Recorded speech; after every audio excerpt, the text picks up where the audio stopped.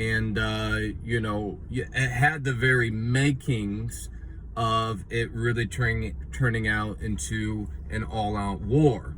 There was word caught at this organization about it. They have a pulse on the streets. They hear of things, and then they try to get in there to mediate, to prevent things that are about to happen, pre-negotiate. And there was someone there who, had the backbone and the wisdom of how to approach them, and in an organized fashion was able there to mediate between these two gang leaders. And that wrongful bloodshed did not equate to 10, 12 more funerals. They were able to shake hands. And the benefit is, you say, well, someone always loses. Ain't nobody gonna be losing when that next holiday comes around and their grandkids are at the table because no one was shot up to death. So, when you talk about extremisms to satisfy, and you say, well, that 1%, yeah, you still want to have balance and go out there and have fun. But you also can realize and take advantage and joy in finding ways to get at that extreme satisfaction outside of the junk and the chaos of this world. I'll tell you things that I do. Just a couple examples. One, people these days, they feel, there's a number of people who find it odd to go sit down at dinner by themselves. You know what? I'll go just to, in spite of all that, on purpose, to make sure that I want to make sure that I take ownership of any type of atmospherical, social thing. I want to feel like I own myself. So, I have no problem. If I'm feeling that way, then I'll counteract that. I'll go sit down at a nice restaurant, order a nice meal, and enjoy it wholeheartedly and take ownership of my own table. You can't be afraid of society norms. You got to own it. What's another way? Another way is I like to run in warm weather. This cold weather is, go back to Clearwater here.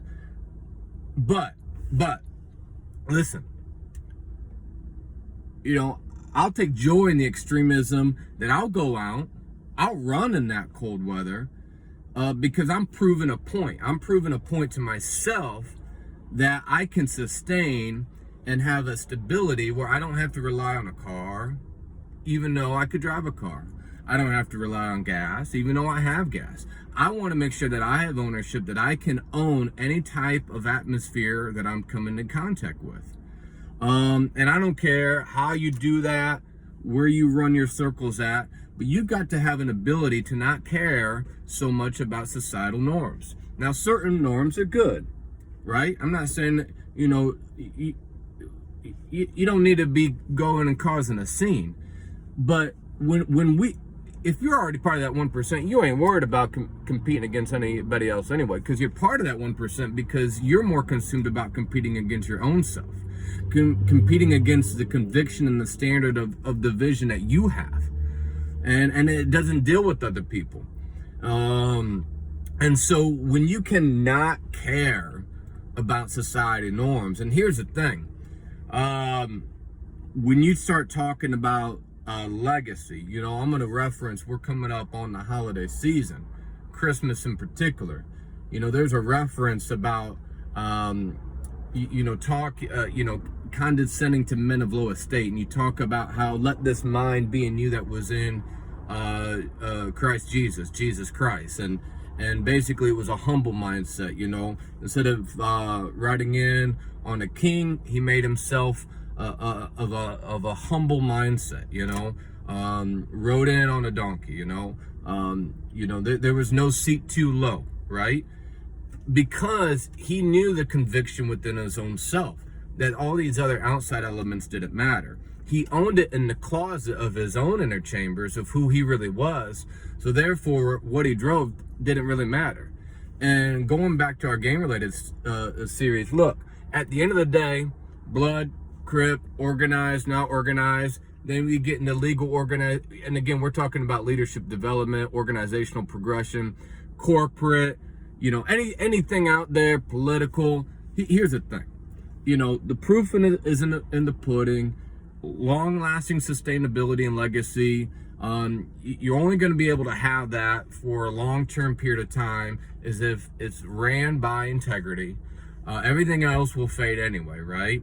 So you've got to take that into your present day daily life, that you're not a slave to anyone. Why are you being intoxicated with everybody around you, right? Why are you being so careless and dismissing yourself? Look, at the end of the day, I shared this recently. You stop selling their drugs. You want to talk about loyalty. You stop selling their drugs, and let's see how much of a family and loyalty there is. Right? You think all this liberal crazy sex stuff makes sense, and then you go ahead and start seeing it happen and all this sex slavery stuff to people that in your city, right? You've got to realize that you ought not to be a slave to anyone. You think there's no more slavery? There's slavery every single day of your life. And you'll either be subject and and you might feel cool at first. You might feel awesome because you got all this love, you got the new kicks, you're getting a new business deal, everything's going your way. But the reality is look, eventually you're going to become a slave to that. And there's a price to be paid, and they'll circle back with you and hold you bondage when you want to get out. So here's the thing. You are not a slave to anybody. You are part of that 1%, that change agent sent into your neighborhood, sent into your city to be that leader. And, everyone else can get intoxicated with all these things. And all that it is human nature, which is one leg shorter than the other. Meaning they're going to always have the same problem every 9 months, every 6 months, every 15 months. Because one leg is shorter than the other. So human nature is you're just going to walk in a circle. Okay? You got to be able to progress yourself to your promised land. You've got to be able to progress yourself and believe in longevity. Believe in peace in your neighborhood. Believe in a blessing for your great grandkids. Start to build something monumental. Something that is so powerful that it's not going to fade away in 10 years. You think it's strong because it lasts 20 years? Who are you playing? How many 20-year spans has there been in human history? You got to think longer term than that. You got to think of great grandkids. And you say, well, look, I don't have that. Why should I care? Because it's time for you to care. You don't have that. Exactly. So you have that for the generations coming after you. Look, you've got to carry out your purpose. You're not a slave to anybody. So here's where we're going to leave it. We're going to call it quits here. Strong drink. Look. I keep saying look, don't I?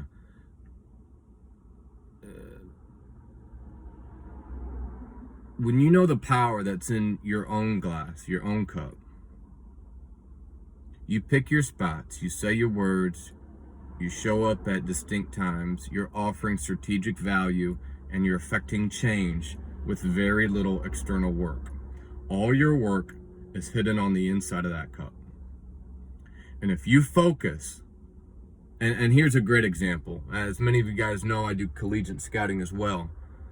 That's the same example of someone focusing on 6 days of gym time rather than the 1 day of game, right? It's the iceberg, right? For those, do business consulting, it's the whole big iceberg effect that you see in leadership. And that is very, very true. Very true of my own life and very true of yours.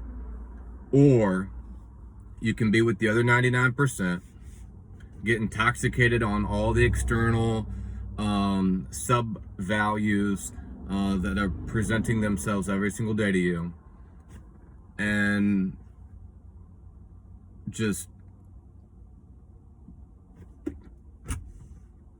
be demolished by it. So I believe in you. You're part of the series because you are the strong drink. And there's great power sometimes in very little external manifestation, but that's because of the vibrancy, tenacity, long-term, integrity-driven, absolute, full-fledged volume of what's going on behind the scenes. Strong drink.